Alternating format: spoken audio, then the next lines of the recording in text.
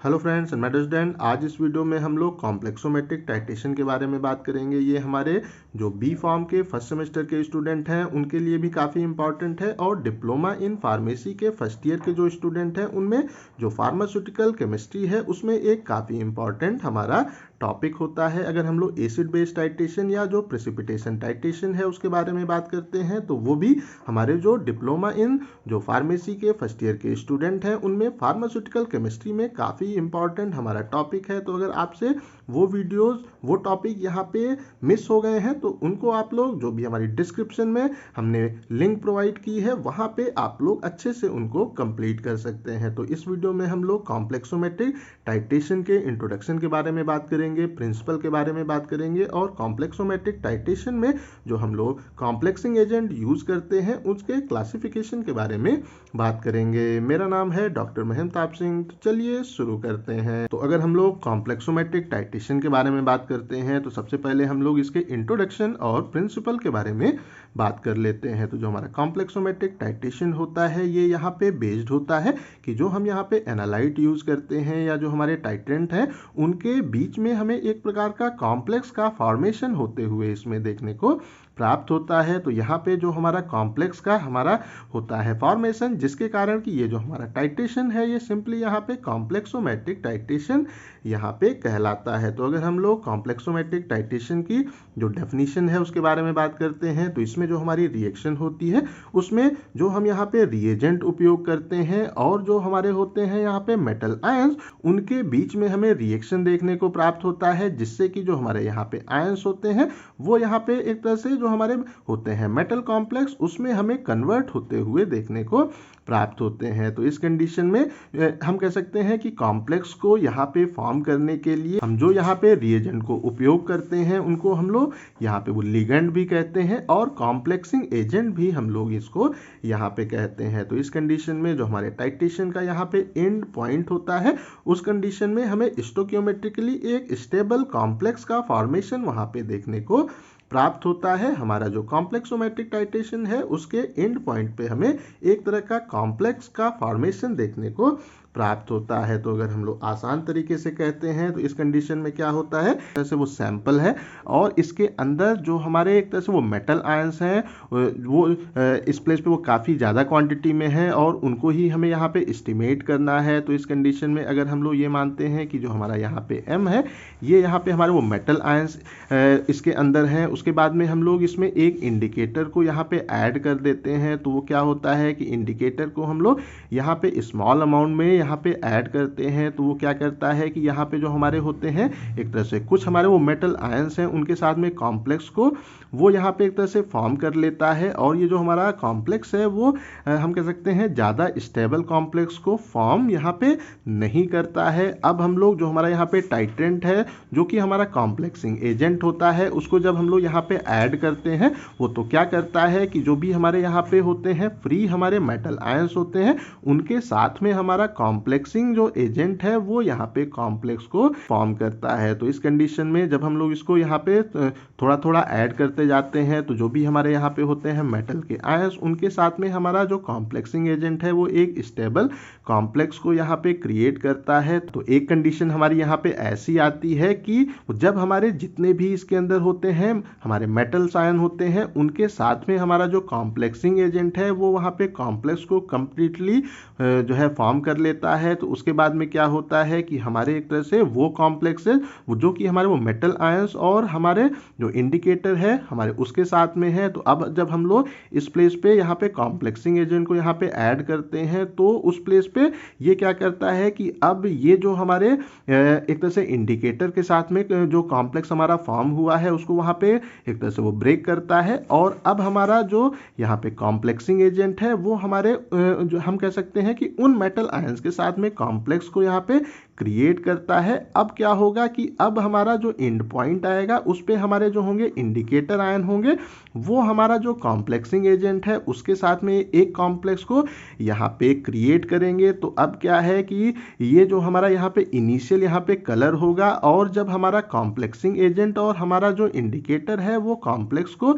यहाँ पे क्रिएट करेगा तो क्या होगा कि हमें जो भी हमारा यहाँ पे सोल्यूशन है उसका कलर चेंज होते हुए देखने को प्राप्त होगा और वो हमारे उस टाइट्रेशन का एंड पॉइंट यहाँ पे सिंपली जो है कहलाएगा। इस कंडीशन में जो हम लोग यहाँ पे कॉम्प्लेक्सिंग जो हमारे एजेंट हैं या जो हमारे वो लिगेंड हैं, अगर उनके बारे में बात करते हैं तो ये हमारे ऐसे आयंस या हमारे ऐसे एक तरह से मॉलिक्यूल्स होते हैं जो कि जो हमारे होते हैं वो मेटल आयंस, उनको वहाँ पे इलेक्ट्रॉन को वहाँ पे डोनेट करते हैं और वहाँ पे सिंगल डेटिव बॉन्ड का फॉर्मेशन वहाँ पे करते हैं। तो आसान तरीके से हम इस प्लेस पे यहाँ पे कह सकते हैं कि जो हमारे यहाँ पे कॉम्प्लेक्सिंग एजेंट है या जो हमारे यहाँ पे एक तरह से वो लिगेंड है, वो हमारे ऐसे आयंस या मॉलिक्यूल्स होते हैं जो कि जो हमारे होते हैं मेटल आयंस, उनको वहाँ पे इलेक्ट्रॉन को डोनेट करते हैं और वहाँ पे एक तरह का हम कह सकते हैं कि सिंगल डेटिव जो हमारा बॉन्ड होता है, जो हमारा एक तरह से कोवेलेंट हमारा बॉन्ड होता है, उसके थ्रू एक कॉम्प्लेक्स को वहाँ पे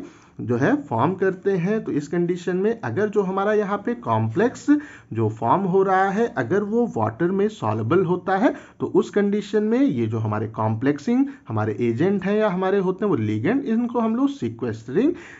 एजेंट यहाँ पे कहते हैं। तो आसान तरीके से एक बार हम लोग इसको जो है फिर देख लेते हैं कि जो हमारे होते हैं मेटल आयन, उनके साथ में हम जो रिएजेंट वहाँ पे ऐड करते हैं जो उनके साथ में एक स्टेबल स्टोकियोमेट्रिकली स्टेबल कॉम्प्लेक्स को वहाँ पे फॉर्म करते हैं, उनको हम लोग यहाँ पे कॉम्प्लेक्सिंग जो हमारे एजेंट है कहते हैं या उसको हम लोग यहाँ पे वो लिगेंड कहते हैं। और जो हमारा वहाँ पे कॉम्प्लेक्स अगर जो फॉर्म हो रहा है वो हमारा वाटर में अगर सॉल्युबल होता है तो उस कंडीशन में ये कॉम्प्लेक्सिंग एजेंट हमारे सीक्वेस्टरिंग एजेंट सिंपली यहाँ पे कहलाते हैं। तो अगर हम लोग जो हमारे होते हैं कॉम्प्लेक्सिंग एजेंट उनके बारे में बात करते हैं तो जो हमारा होता है यहाँ पे इथिलीन डायमीन टेट्राएसिटिक एसिड, जिसको हम लोग EDTA कहते हैं, उसको हम लोग जो हमारा कॉम्प्लेक्सोमेट्रिक टाइट्रेशन है उसमें अधिकतर जो हमारा टाइट्रेंट के रूप में हम लोग यहाँ पे EDTA को एक तरह से हम लोग उपयोग करते हैं। जो भी हमारे होते हैं वो मेटल आयंस, उनके अगेंस्ट जो हमारा होता है टाइट्रेंट, वो अधिकतर हम लोग कॉम्प्लेक्सोमेट्रिक टाइट्रेशन में EDTA को यहाँ पे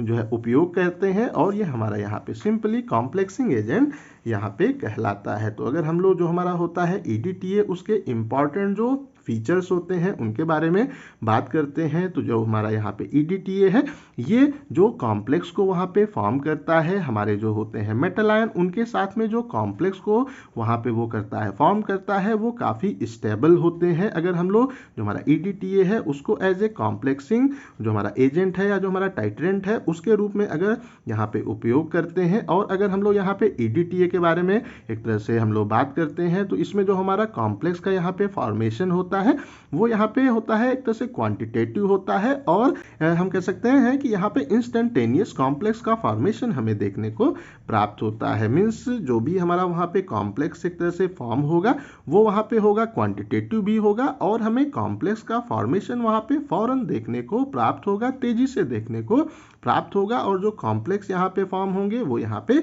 स्टेबल भी होते हैं अगर हम लोग जो हमारा EDTA है उसको एज ए कॉम्प्लेक्सिंग एजेंट अपने कॉम्प्लेक्सोमेट्रिक टाइट्रेशन में उपयोग करते हैं। तो जो हमारा EDTA होता है उसका हमारा जो है अगला यहाँ पे इंपॉर्टेंट फीचर है वो क्या है, the complexes formed are water soluble. तो इससे जो हमारे कॉम्प्लेक्स यहाँ पे फॉर्म होते हैं वो यहाँ पे वाटर सॉल्युबल कॉम्प्लेक्स को यहाँ पे ये फॉर्म करता है। और इस कंडीशन में अगर हम लोग यहाँ पे कॉम्प्लेक्स का जो होता है फॉर्मेशन उसके बारे में बात करते हैं तो जो भी हमारा वहाँ पे होता है पीरियोडिक टेबल, उसके जो हमारे होते हैं अधिकतर हमारे होते हैं मेटल्स होते हैं, उनके वो साथ में ये कॉम्प्लेक्स को आसानी से यहाँ पे एक तरह से वो जो है फॉर्म कर लेता है। और कॉम्प्लेक्स के फॉर्मेशन का जो यहाँ पे रेशियो होता है वो हमारा 1:1 का रेशियो हमें अपने EDTA के साथ में देखने को प्राप्त होता है। तो अगर हम लोग बात करते हैं कि जो हमारा यहाँ पे EDTA होता है उसके अलावा भी हम लोग जो हमारे कॉम्प्लेक्सिंग एजेंट हैं उनको अधिकतर यहाँ पे उपयोग करते हैं। इसमें हमारा आता है एक तरह से अमीनो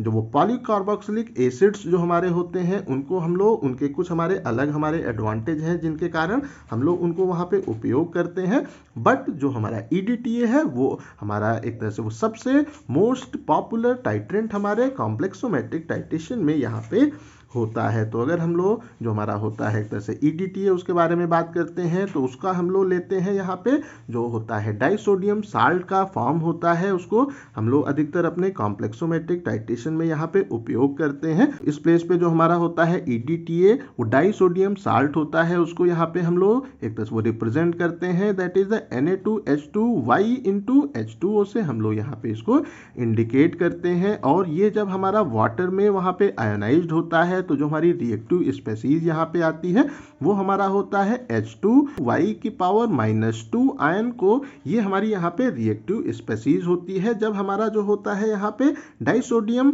हमारा EDTA है, जब वो यहाँ पे वाटर में आयोनाइज होता है। तो अगर हम लोग जो हमारे अलग अलग होते हैं वो मेटल्स होते हैं, अगर उनकी जो एक तरह से उसकी जो वहाँ पे वैलेंसी है वो अगर वहाँ पे अलग अलग होती है तो उस कंडीशन में ये जो हमारा यहाँ पे आयन है वो यहाँ पे किस तरह से रिएक्ट करता है, आइए उसको हम लोग रिएक्शन के थ्रू आसानी से देख लेते हैं। तो अगर जो यहाँ पे हमारा है वो मेटल, उसकी अगर जो हमारी वैलेंसी है वो यहाँ पे अगर है 2, तो उस कंडीशन में ये जो हमारा आयन है उसके साथ में जब यहाँ पे रिएक्ट करता है तो ये यहाँ पे एक तरह से फॉर्म करता है, दैट इज द My2, जो माइनस आयन को यहाँ पे ये एक तरह से फॉर्म करता है और यहाँ पे हमारा 2H2O लिबरेट होता है। अगर जो हमारा होता है मेटल आयन, उसकी अगर जो हमारी वैलेंसी है वो यहाँ पे 3 होती है, तो ये जो हमारा आयन है रिएक्टिव स्पेसीज है वो जब इसके साथ में रिएक्ट करती है तो ये यहाँ पे एक तरह से फॉर्म करती है, दैट इज द जो My आयन को यहाँ पे एक तरह से फॉर्म करती है और यहाँ पे अगेन 2H+ यहाँ पे हमें लिबरेट होता हुआ देखने को प्राप्त होता है। तो अगर इसी तरह से हम लोग यहाँ पे एक तरह से बात करते हैं कि जो हमारा होता है यहाँ पे वो मेटल आयन, उसकी अगर जो है यहाँ पे वैलेंसी वो यहाँ पे अगर N है तो उस कंडीशन में ये जो हमारी रिएक्टिव स्पेसीज है हमारा यहाँ पे आयन है वो इस कंडीशन में इसके साथ में रिएक्ट करता है और यहाँ पे फॉर्म करता है, दैट इज द जो My की पावर N-4 आयन को यहाँ पे ये फॉर्म करता है और यहाँ पे अगेन ये 2H+ आयन को यहाँ पे रिलीज करता है। तो अगर हम लोग यहाँ पे इन रिएक्शंस को यहाँ पे देखते हैं तो जो हमारी यहाँ पे हर रिएक्शन है उसमें हमारे H+ आयन यहाँ पे रिलीज हो रहे हैं। इस कंडीशन में हम कह सकते हैं कि जो हमारी रिएक्शन है उसमें हमारा एसिड यहाँ पे होता है वो लिबरेट होता है, जिसके कारण कि अपना जो हमारा सोल्यूशन है उसके pH को प्रॉपरली वहाँ पे मेंटेन करने के लिए हम लोग अपना जो टाइट्रेशन है उसमें एक अच्छे बफर को यहाँ पे यूज करते हैं, वो जिससे कि जो हमारा वहाँ पे सोल्यूशन है उसका pH हमारा वहाँ पे प्रॉपरली हमें मेंटेन होता हुआ देखने को प्राप्त हो। अगर हमारा जो वहाँ पे pH है वो अगर वहाँ पे अगर एक तरह से चेंज होता है तो उस कंडीशन में जो भी वहाँ पे हमारा कॉम्प्लेक्स वहाँ पे फॉर्म हो रहा है उसकी जो हमारी होती है वो सॉल्युबिलिटी उसको वो वहाँ पे अफेक्ट एक तरह से कर सकता है, जिसके कारण कि हमें अपना जो सोल्यूशन है उसके pH को प्रॉपरली मेंटेन करने के लिए हम लोग अपने टाइट्रेशन में यहाँ पे बफर्स को यूज करते हैं। तो अगर हम लोग जो हमारा यहाँ पे कॉम्प्लेक्स है अगर उसकी हम स्टेबिलिटी के बारे में बात करते हैं तो उसकी जो स्टेबिलिटी है वो हमारा जो लॉ ऑफ मास एक्शन होता है उसके द्वारा यहाँ पे होता है गवर्न होता है। तो अगर हम लोग बात करते हैं कि जो है इस प्लेस पे हमारा M है ये हमारे हैं वो मेटल हमारे एक तरह से आयंस है और ये हमारा यहाँ पे वो लिगेंड है जो कि है हमारा L, और यहाँ पे जो हमारा है N वो इस चीज़ को इंडिकेट कर रहा है कि हमारे कितने नंबर ऑफ लिगेंड हमारे यहाँ पे मॉलिक्यूल्स हैं। तो इस कंडीशन में अगर हम लोग एक यहाँ पे इक्विलिब्रियम की स्टेट जब आती है तो उस कंडीशन में हमें जो हमारा एक तरह से वो लिगेंड है और जो हमारा होता है वो मेटल आयंस उसके बीच में एक तरह का कॉम्प्लेक्स यहाँ पे फॉर्म होते हुए देखने को प्राप्त होता है जब हमारा टाइट्रेशन वहाँ पे प्रोसीड होता है। तो इस प्लेस पे जब हमारा टाइट्रेशन यहाँ पे एक तरह से प्रोसीड होता है तो उस कंडीशन में जब हम इसके ऊपर लॉ ऑफ मास एक्शन को अप्लाई करते हैं तो उस कंडीशन में जो हमारा स्टेबिलिटी हमारा कांस्टेंट यहाँ पे जो होता है Ks, अगर हम लोग उसके बारे में बात करते हैं तो जो हमारा यहाँ पे Ks होता है it is equal to the concentration of the MLN complex upon the concentration of the M into concentration of the L की पावर N से हम लोग यहाँ पे इसको एक तरह से रिप्रेजेंट करते हैं। जब हम लोग इसके ऊपर लॉ ऑफ मास एक्शन को अप्लाई करते हैं तो जो हमारा स्टेबिलिटी कांस्टेंट है वो हमारा यहाँ पे होता है KS होता है। तो इस कंडीशन में अगर जो हमारा यहाँ पे होता है एक तरह से KS होता है, उसका जो होता है मैग्नीट्यूड, उसकी जो क्वांटिटी है, उसका जो मात्रा है, अगर वो वहाँ पे इंक्रीज होता है तो वो इस चीज़ को यहाँ पे इंडिकेट करता है कि जो भी हमारे वहाँ पे कॉम्प्लेक्स यहाँ पे फॉर्म हो रहे हैं उनकी जो स्टेबिलिटी है वो भी वहाँ पे इंक्रीज हो रही है। और इस कंडीशन में जो हमारा वहाँ पे वो कंसंट्रेशन होता है हमारे एक तरह से अनबाउंड, जो हमारे एक तरह से वो मेटल आयंस होते हैं और जो हमारा वहाँ पे होता है लिगेंड होते हैं, उनकी जो कंसंट्रेशन है वो वहाँ पे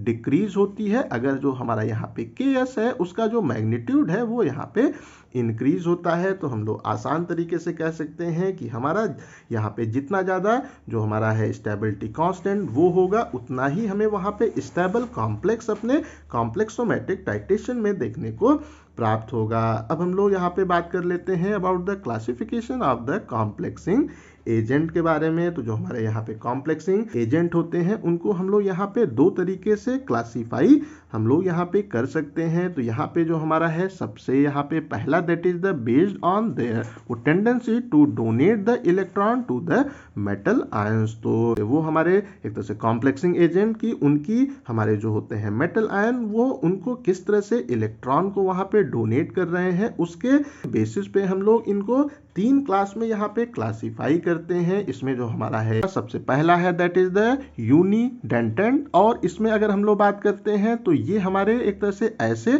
कॉम्प्लेक्सिंग एजेंट होते हैं जो कि वहाँ पे केवल एक पेयर ऑफ इलेक्ट्रॉन को अगर वो डोनेट करते हैं तो उनको हम लोग यहाँ पे कहते हैं दैट इज द यूनिडेंटेंट, हम लोग कॉम्प्लेक्सिंग एजेंट कहते हैं। अगर हम लोग इसके एग्जाम्पल्स के बारे में बात करते हैं तो जो हमारे होते हैं वो साइनाइड आयंस होते हैं, हमारा जो होता है अमोनिया होता है, हमारा क्लोराइड आयंस है, ये सब हमारे एक तरह से ऐसे कॉम्प्लेक्सिंग एजेंट है जो कि यहाँ पे एक तरह से वन पेयर ऑफ इलेक्ट्रॉन को यहाँ जो है डोनेट करते हैं, और ये हमारे एक तरह से यूनिडेंटेंट हमारे कॉम्प्लेक्सिंग एजेंट कहलाते हैं। उसके बाद में यहाँ पे हमारा है दूसरा दैट इज द बाइडेंटेंट। अगर हम इनके बारे में बात करते हैं तो ये यहाँ पे दो पेयर ऑफ इलेक्ट्रॉन को यहाँ पे डोनेट करते हैं। अगर हम लोग इसके एग्जाम्पल्स के बारे में बात करते हैं तो जो हमारा ऑक्जेलिक एसिड है, हमारा ग्लिसरीन है, ये हमारे एक तरह के ऐसे कॉम्प्लेक्सिंग एजेंट है जो कि यहाँ पे टू पेयर ऑफ इलेक्ट्रॉन को डोनेट करते हैं, इसीलिए हम इनको यहाँ पे कहते हैं हमारा बाइडेंटेंट कॉम्प्लेक्सिंग एजेंट, हम लोग इनको यहाँ पे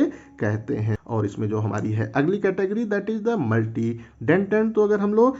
इन कॉम्प्लेक्सिंग एजेंट के बारे में बात करते हैं तो ये यहाँ पे हम कह सकते हैं वो सेवरल पेयर ऑफ इलेक्ट्रॉन को यहाँ पे जो है डोनेट करते हैं। अगर हम लोग इसके एग्जाम्पल के बारे में बात करते हैं तो जो हमारा होता है एथिलीन डायमीन टेट्राएस्टिक एसिड है, हमारा EDTA है, ये हमारा एक तरह का कहलाता है मल्टीडेंटेंट हमारा ये कॉम्प्लेक्सिंग एजेंट होता है। अब हम लोग इसका जो हमारा है दूसरा क्लासिफिकेशन का टाइप उसके बारे में बात कर लेते हैं। तो ये हमारा बेस्ड होता है ऑन द फंक्शनल ग्रुप। तो जो भी हमारा वहाँ पे कॉम्प्लेक्सिंग एजेंट है उसके ऊपर हमारा कौन सा एक तरह से हमारा फंक्शनल ग्रुप है, उसके बेसिस पे अगर हम लोग अपने कॉम्प्लेक्सिंग एजेंट को यहाँ पे क्लासिफाई करते हैं तो इसमें जो हमारा है सबसे हमारा पहला क्लास है that is the complexing agent containing oxygen. तो जो हमारे होते हैं कॉम्प्लेक्सिंग एजेंट अगर उनके अंदर ऑक्सीजन होता है तो उनको हम लोग यहाँ पे एक क्लास में क्लासिफाई करते हैं। इसमें जो हमारे अधिकतर होते हैं कार्बोक्सिलेट होते हैं या जो हमारे होते हैं यहाँ पे पॉली कार्बोक्सिलेट होते हैं, उनको हम लोग यहाँ पे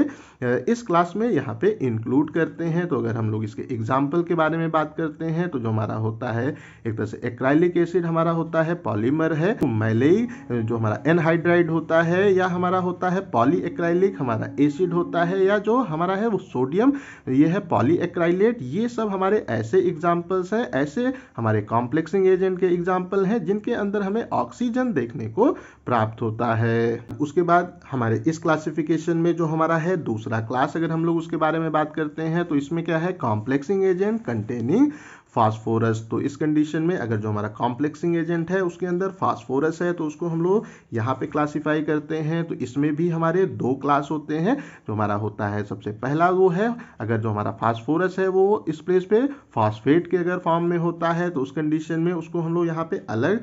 हम कह सकते हैं कि क्लासिफाई करते हैं। इसका जो हमारा एग्जाम्पल है दैट इज द वो सोडियम ट्राईफॉस्फेट, और जो हमारा दूसरा है वो सोडियम ट्राईपॉलीफॉस्फेट, और अंतिम में हमारा वो टेट्रापोटेशियम पोटेशियम पायरोफॉस्फेट हमारे इस क्लास में आते हैं अगर जो हमारा यहाँ पे फास्फोरस है वो फॉस्फेट के फॉर्म में होता है। अगर हमारा जो यहाँ पे एक तरह से हम कह सकते हैं फास्फोरस है वो अगर यहाँ पे होता है एक तरह से फास्फोनेट्स के यहाँ पे फॉर्म में होता है या फास्फोन एसिड के फॉर्म में होता है तो उसको भी हम लोग इस प्लेस पे क्लासीफाई करते हैं, अलग हम लोग क्लासीफाई करते हैं। इसमें हमारा आता है that is the amino trimethyl phosphonic acid जिसको हम लोग ATMP कहते हैं, और इसमें हमारा आता है DTPMP आता है, हमारा इसमें आता है EDTMP आता है, इसमें हमारा आता है HDTMP आता है और HEDP हमारा इसमें हम लोग इसको क्लासीफाई करते हैं। उसके बाद में यहाँ पे है हमारा अगला class that is the complexing agent containing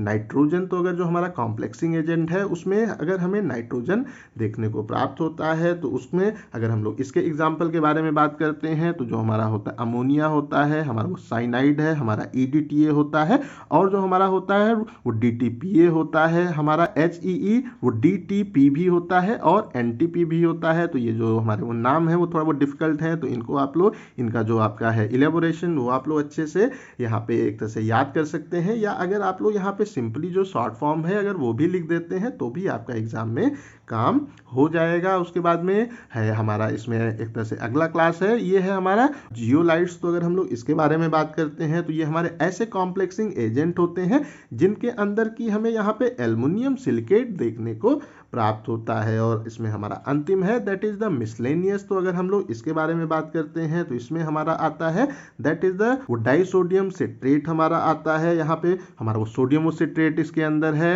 ये हमारा वो ट्राइसोडियम जो सिट्रेट है वो इसके अंतर्गत आता है, जो हमारा होता है ग्लूकोनिक एसिड, ऑक्जेलिक एसिड और हमारा टार्टरिक एसिड है। ये सब भी हम लोग कॉम्प्लेक्सिंग एजेंट की तरह अपने जो हमारा कॉम्प्लेक्सोमेट्रिक टाइट्रेशन है उसमें उपयोग करते हैं। तो आई थिंक सो ये जो हमारा एक तरह से इंट्रोडक्शन, हमारा प्रिंसिपल और क्लासिफिकेशन हमारे कॉम्प्लेक्सिंग एजेंट का है, ये आप लोगों को क्लियर हो गया होगा। अगर अभी भी कहीं कोई कंफ्यूजन है तो कमेंट करके पूछ सकते हैं। इस टॉपिक का PDF आपको डिस्क्रिप्शन में मिल जाएगा। इस वीडियो को लाइक करें, अपने दोस्तों के साथ शेयर करें और ऐसे ही वीडियोस को देखने के लिए हमारे चैनल को सब्सक्राइब करना बिल्कुल भी ना भूलें। Thank you.